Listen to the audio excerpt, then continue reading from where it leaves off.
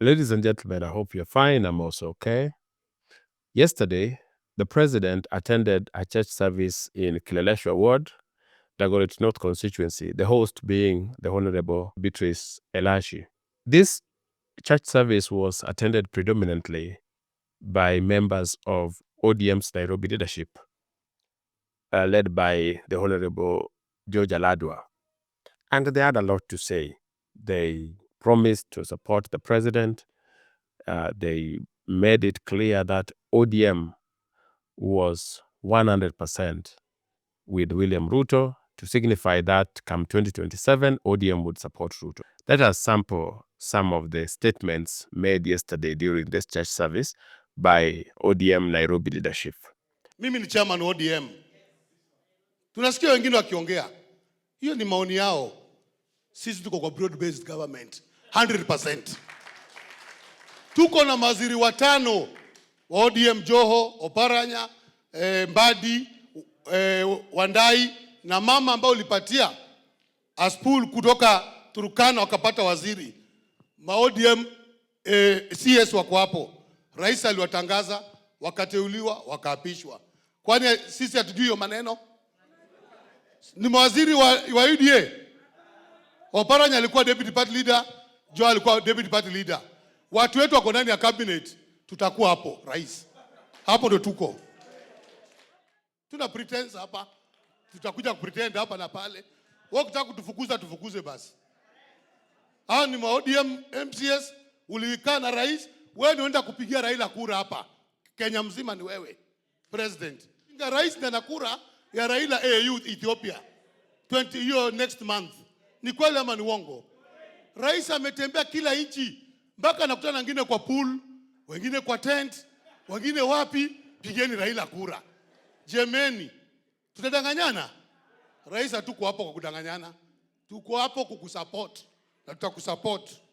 Lazima rais heshimiwe. Kama amefanya mazuri ni mazuri, mabaya ni mabaya. Saizi kila mjumbe amepata 58 million, hata mimi kutengeneza madarasa. Alafu mnataka kutema hapa tukuje seme rais akikuja tujifiche. Hatutajificha. Hata kutuita usiku tutakuja. Nakumbuka wakati wa Matiba na Shikuku alienda saa ngapi State House? Usiku, si ndio? Sisi tutaenda usiku. Rais tuite anytime. Sisi ndio watu wako. Si kulikuwa na rais wa kwanza Kenyatta 14 years, hiyo barabara hakuna. Wa pili 24 years Rais Moi, hawakumuuliza. Wa tatu Kibaki miaka 10 na ni wa hapo, hawakumuuliza. Wa nne President Uhuru Kenyatta 10 years, hawakumuuliza. Sasa hizi Ruto 2 years mnataka kwa umetengeneza hiyo barabara shwari. Simpatie time ngangane nayo 2 years out of a 60-year problem. I think we've been very unfair on you, Your Excellency. But you know why? It is because Kenyans know you. Wewe ni mchapakazi. Much is given, much is expected. So your pressure is because we know you're a performer. We've seen you in the Ministry of Agriculture. We've seen you in the Ministry of Education. Nyinyi wa Kenya mnajua, this last year is the first time that Kenya has not imported sugar, sukari na mahindi. Kulikuwa na businessmen walikuwa tu wana hang around Ministry of Agriculture wanangoja kupata license ya kuleta sukari. When the president came in, alisema fertilizer ambayo itatumiwa ni ile ambayo tumepima. Wakulima wakaanza kelele, hata tunataka DAP. The president stood firm and said we will use the fertilizer that works at 2,500. The yield tumepata mara ya kwanza tangu Mungu ajenge Kenya, hatuja import sukari. And soon we will be an exporter of sugar. In fact, Your Excellency, the other day I was joking with you, wale wanatakanga license ya import, sasa waulize license ya export ya hiyo sukari yetu. Our factories are now doing well. So with time, vitu zitaingiana. Tumekuwa na CHPs miaka ngapi Nairobi? Hata unawasikia, Your Excellency. Community health promoters. Nikiwa Senate tulingangana waweze kupata ka stipend. Sisi ndo tukaanza kulipa 3,500. Sasa umetuongezea tena another 2,500 kwa hao ma CHPs. Wanatembea vizuri sana. If you walk around they are happy. Na nimefurahi ma CHPs wangu wananisaidia kuandikisha watu kwa Social Health Authority. Thank you for keeping the political stability. Sisi ndo tulianzisha broad-based Nairobi. Vile niliingia, niliandika mawaziri wa 4 kutoka Azimio, kutoka ODM. Kuna mtu mwingine mkabila alikuwa ananipiga Lakini nilikuwa nakaa na rais, namwambia boss, kuna hizi majina unaonaje? Sema it is a good thing, unite the country, unite the city. Look at how we are now. We have a lot of harmony in Nairobi. Si ni mzuri watu kaa pamoja? Ama hii Nairobi tunajua ukabila kweli? Kuna njaa ya Mluya tofauti na ya Mkisii? Kuna pothole ya Wakikuyu? Ama ukosefu ya maji ya Wakamba? Our problems are all the same, and the same joy that Mama Njeri feels mtoto akifanya vizuri is the same joy that Mama Nafula feels. Watu wengine wakiongea juu ya ODM wajua wewe ni founder member.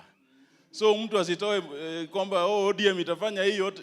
Kama alikuja baada yako ajue wewe pia uko na say ya penye ODM itaenda.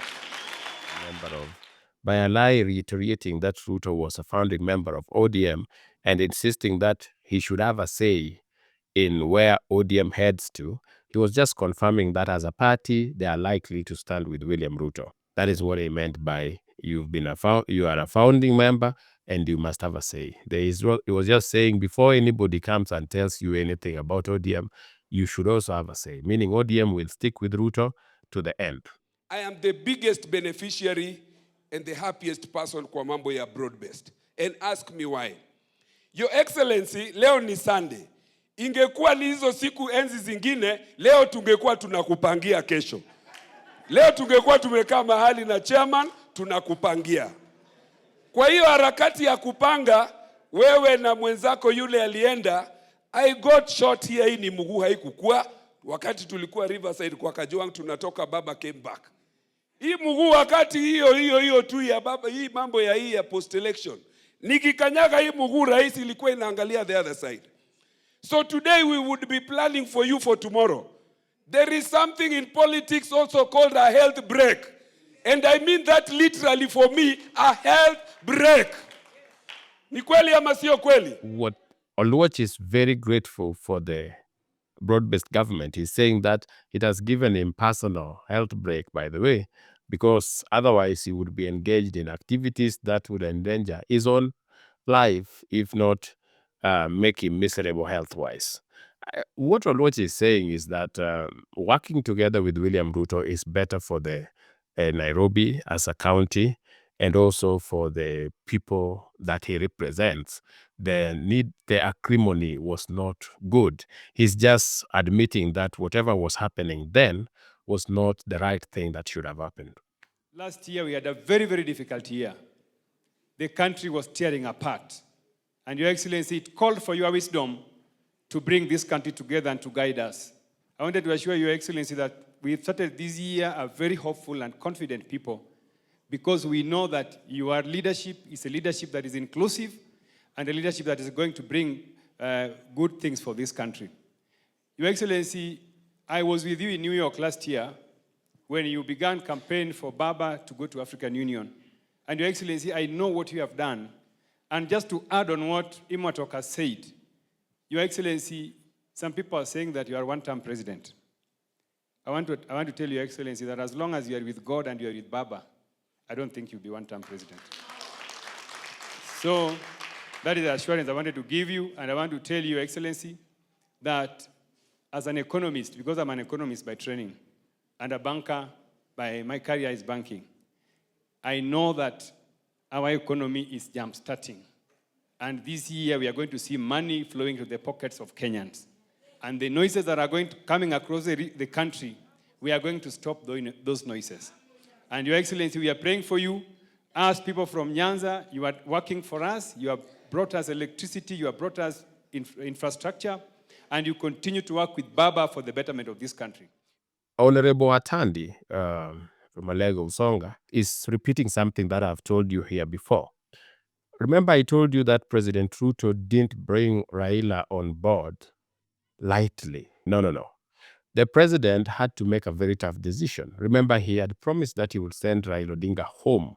And now he had to work with Raila Odinga. Why? Because he realized one ugly truth. You couldn't ignore Raila Odinga and the people he was speaking to. And so, for the sake of tranquility, which was needed to deliver the plan, the president had to bring Raila on board, on a table, discuss with him.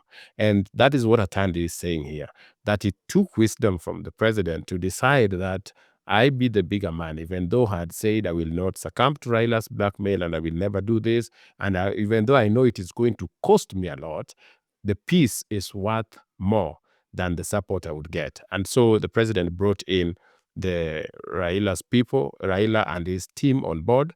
And it cost him a lot because now you see he's being criticized from morning to evening by people who literally voted him into office. Sisi tunataka kukushukuru kama viongozi wa Nairobi. Affirmative action yako ya 1 billion Kenya shillings ilienda kwa kila constituency, 58 million Kenya shillings. Ndio hata watoto wetu sasa wakifungua shule kesho, madarasa za JSS tayari ziko tayari na watoto wetu hawana shida za mashule. Ya pili, Mheshimiwa Rais, usitake kupendwa sana na kila mtu. Hata sisi wenyewe hatupendani. Unanipata? Na unasema ukitaka kupendwa zaidi enda uuze ice cream. Na wewe uliamua kuenda kukua nini? Rais. Sio kila mtu atakupenda. Kwa sababu sahihi ukisema kuwa walimu wameandikwa 56,000, hakuna hawatasema kwa mtandao, si ndio? Juzi bei ya mafuta imeshuka, hawawezi kusema, lakini kitu kidogo ikifanyika hapa ni nduru kila pahali. Na usitetemeke ati kiti kifanyika kidogo wewe mwenyewe pia umeyumba kidogo. Shikilia hapo, na hii ndio timu ya Nairobi, tutakuwa na wewe mpaka dakika ya mwisho. Jalango is making a very good point. He's just saying that the president should ignore most of the online rants because these are just the usual critics. These are just the people who are opposed to the president and his policies, masquerading online as woke Gen Zs and etc. But Jalango was saying, you don't bother them. You focus. Do what you have to do. And if push come to shove, we will stand in between. We will stand there for you. He was just confirming that if there is something that somebody thinks they can do to the president because he's not towing their line, he should be ready to meet the president's new supporters. There's also something Jalango is saying which is very important here. The president should know that anything good he does, there is no way the critics will give him airtime for that. And that is why you will find somebody who has modest education telling you Ruto has done nothing. Not because he believes or she believes that. They know Ruto has done a lot. That is how critics work. They look for where the problem is. We have two types of criticism. There is objective criticism, where you are looking at what is wrong and you're suggesting a solution.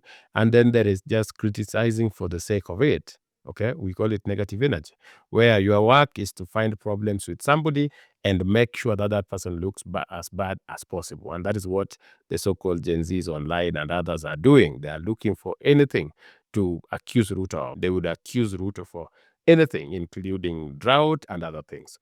So Jalango was just saying, just know that these people are never going to give you credit for what you do, but focus. Ignore them. Sometime last year, Your Excellency, you were in Embakasi West, kwa Bishop Njiriri, and I think some of the MCAs were there. And Your Excellency, nilikuomba kitu inaitwa sub-counties za hapa Nairobi. And I want to even give report. Nilikuomba kwa kanisa, sikuja State House, ilikuwa kwa madhabahu tu kama hapa. And Your Excellency, those counties, sub-counties have now been gazetted, and every constituency now is a sub-county. Honorable Mwenje was simply thanking the president, was simply confirming that the president is a man who keeps his word. Contrary to what people always say, Honorable Mwenje was saying that when he asked the president for something, the president delivered. And the president even didn't care that Mwenje was not with them or was not supporting him then. He just delivered because that is what was needed and was good for the public. So Mwenje was just confirming that. It has not been custom that you would see leaders from UDA and ODM attending and fellowshipping together as we are seeing here today. Na kwa sababu ya jambo hilo, Mheshimiwa Rais, tunasema asante kwa kazi ambayo unaifanya. Nitasema kwa ufupi tu. Niseme kwamba tukiangalia mwaka wa 2025, Your Excellency, kuna mambo ambayo yanafanyika na lazima tuyataje. Ati kwamba waumini tulipoenda kwenye uchaguzi wa 2022, tulikuwa na mambo mawili peke yake ambayo tuliyaongea. Jambo la kwanza ilikuwa ni economy ya nchi yetu. Jambo la pili, Mheshimiwa Rais alituambia kwamba lazima Kenya tutaiunganisha iwe ni Kenya moja, chini ya katiba moja, chini ya rais moja na watu wa moja. Na kusema ukweli, hivi leo huko kuunganisha nchi yetu ndio kunasaidia economy ambayo tunaiona. Bishop, umetuhutubia.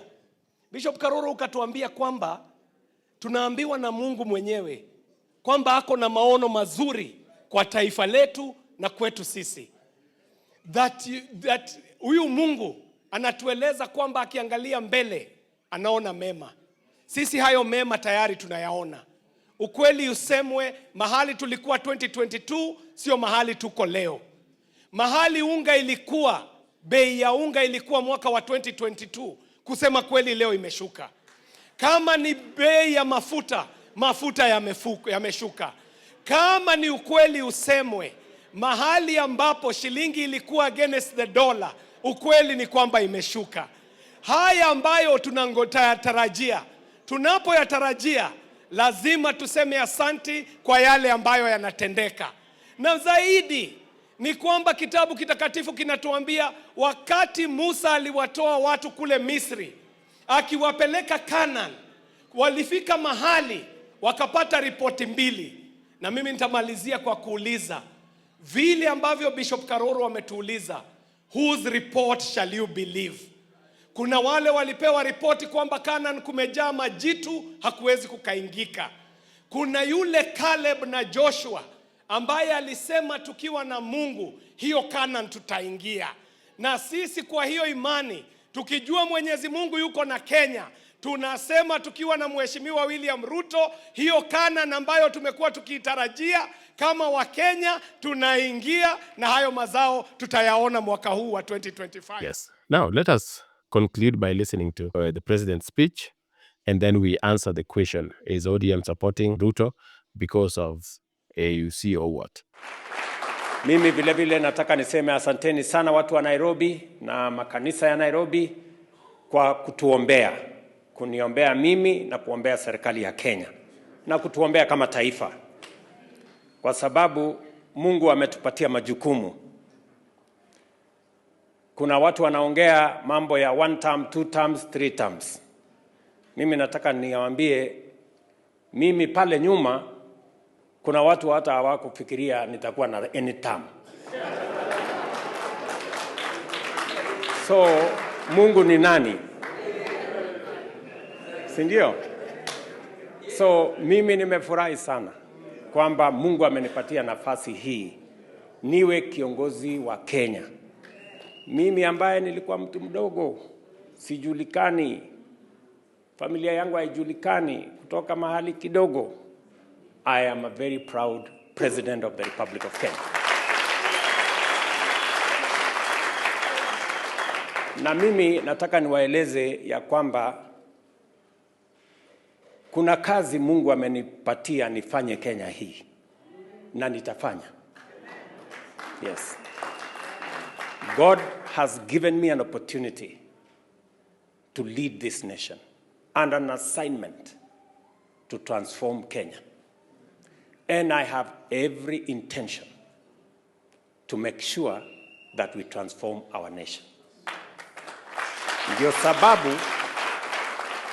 sababu niko tayari kuungana na viongozi wote na kuunganisha Wakenya wote, ndio tuweze kutimiza mapenzi ya Mungu kwa Kenya hii, na tuweze kutekeleza ile mambo ambayo itabadilisha taifa letu la Kenya. Because one man cannot do it. One party cannot do it. One region cannot do it. But together, united, people from all communities, all regions, all political formations, every ethnic community, every religion, all of us united, we can achieve much together. Na ndio mimi nawapongeza watu wa Nairobi kwa sababu ya umoja wenu. Mumeungana, mumeshirikiana, mumefanya kazi pamoja, mumetuambia hapa. Imwatokuyu leader wa majority amesema broad base ilianza Nairobi. Pengine tungesema mlisoma barua ikiwa bado ndani ya bahasha. Mlitutangulia na mkaona ni vizuri Kenya ifanye kazi kwa pamoja. And President is admitting that he should have looked at it from that broad angle, that for you to govern Kenya, you need to bring people together, because otherwise we are still a very fragile nation, even though we are 60 years old, but we are still fragile in that power, those who are in power have always used power to make their areas better at the expense of the others. So the presidency becomes a very lucrative position. And when people don't feel part of the government, then that is a recipe for chaos and infightings. Is ODM supporting Ruto purely because of his support for Ruto at AUC? And should that not happen, what next? If you asked me, I believe that the deal between ODM and Ruto is a done deal, whether Raila wins or not. That is what I believe. Because every other angle I look at, it doesn't work for ODM. Coming back to fight Ruto, maybe in 2025, to what end? So that Raila can vie? I don't see Raila Odinga coming back and starting a new war with William Ruto. The train left the station. ODM and Kenya Kwanza, I think we'll just have to come up with agreements on how to run their coalition and then form the next government. That is my belief. Ladies and gentlemen, that is what I wanted to share with you. If you found value in this, please let me know.